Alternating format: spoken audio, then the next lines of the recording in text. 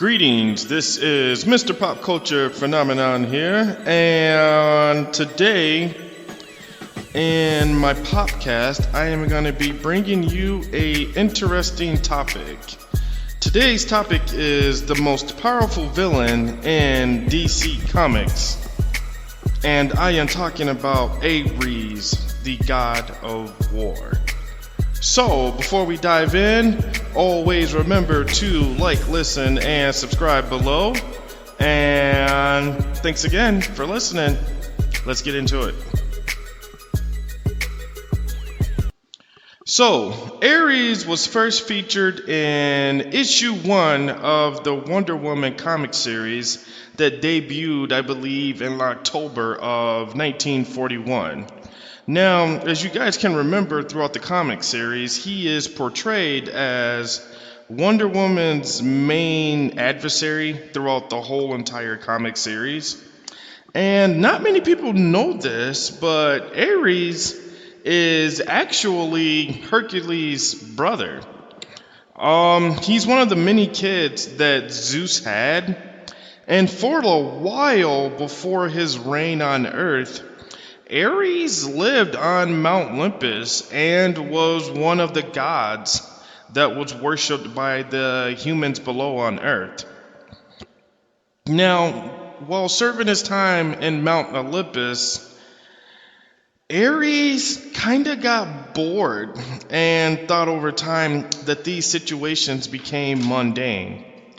And Zeus, he was kind of at the time wanting to have the gods quit interfering and meddling into the humans' problems and issues and say that, yes, they need to learn how to stand on their own and not be so dependent on us.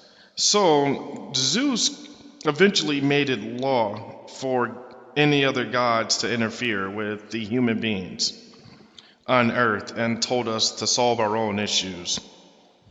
Now, ARES, he wanted to meddle into humans' affairs, but it wasn't for a positive reason. He more was just bored and kind of really was just looking for a form of entertainment, excitement, and something to draw his power from. Now, the reason why I give him the nod for the most powerful villain is because when you go into his traits, ARES, the God of War, these are the things that he actually possesses.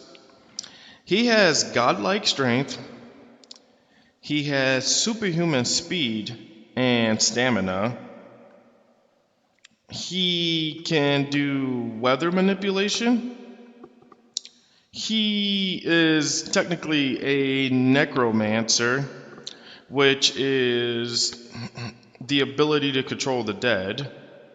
He can have energy projection. I mean, I'm sure you guys all are familiar with what Wonder Woman does when she hits her two wrists together and you get like that explosion of energy. So he actually has the capacity to do that. He's basically complete command over any weapon that's been formed throughout the history of man. And he actually, too, has complete control over any magical weapon, anything that's been formed by the gods. He has superior intelligence. He can do mind control. He has telekinesis, which is the power to move things with your mind. Pyrokinesis, which is the ability to generate fire from your mind. He's basically immortal, and like one of the worst traits that he had, but he used it to his benefit, was he was the master of conflict and strategy. And I mean, he was really the one, as you saw in the movie Wonder Woman in 2017, he was the main manipulator behind wars.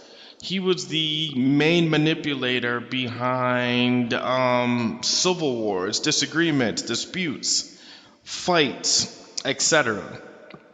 And the one thing that he had the power of is like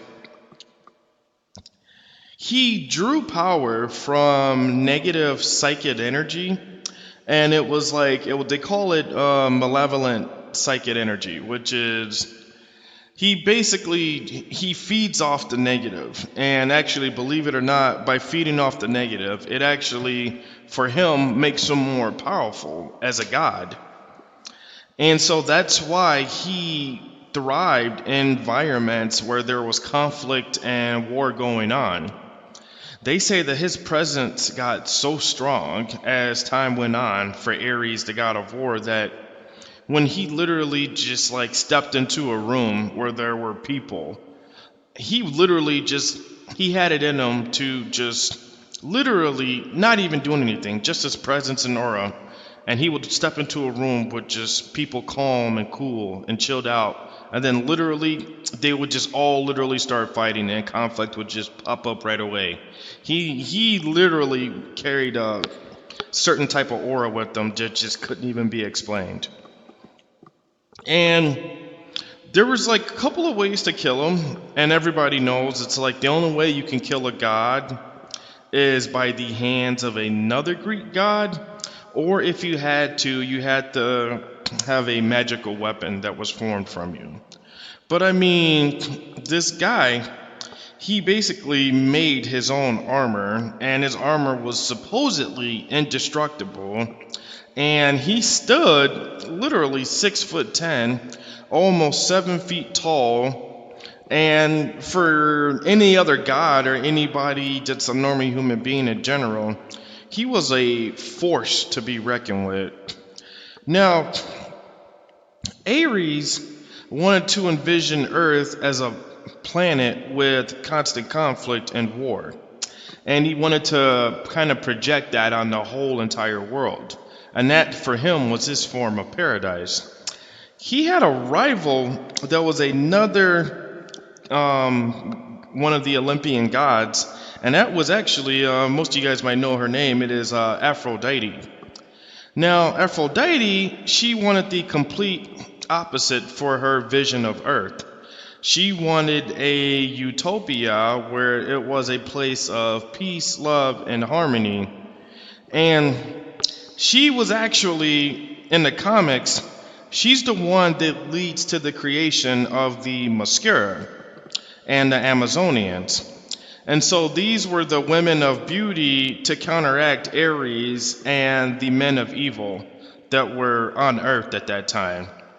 And so she created her own utopia. She created a place where she could hide out her Amazonians from the rest of the world, so that someday when the time came, they would be able to come in and counteract Ares and send him on his way. Now, we know in the movie that released in 2017, Ares and Wonder Woman basically had one battle scene at the end of the movie, and then that was it. But if you are a reader of the comics, you can see and realize that him and Wonder Woman had several interactions before she finally got the magical weapon to kill him, where I believe it was an axe to the head. But I mean, that took 6 or 7 interactions of fighting over decades and periods of time before that actually happened. But prior to his downfall by, believe it or not, his own, I guess you could say, Wonder Woman, who in a weird way is his sister because her dad is Zeus, and so her brother is Hercules, and technically Ares is her brother too. But prior to Wonder Woman interfering and stopping Ares, you can see that he had his grip on humanity for hundreds of years. And before that, and prior to Wonder Woman's presence, he secretly, low-key ran planet Earth for centuries, and he was pretty close to getting Earth in his image and the way that he wanted. And thankfully, after a period of time, things changed. But based off the traits that he had his secret ways of performing tactics, just how his presence could just ignite fighting and rioting and like spark a war, just on the physical traits that he possessed as a Greek god, and just for how long he ran Earth for a period of time. I am giving him the nod for the best villain in the DC universe. If you guys disagree, I agree with that. But remember, hey, I just ask that you keep your comments positive on my page. Well, once again, this is Mr. Pop Culture Phenomenon here, and I figured I'd throw out a different type of podcast. And if you guys like the content, please like, listen, and subscribe below. And until then, take care and have a nice day. Thank you.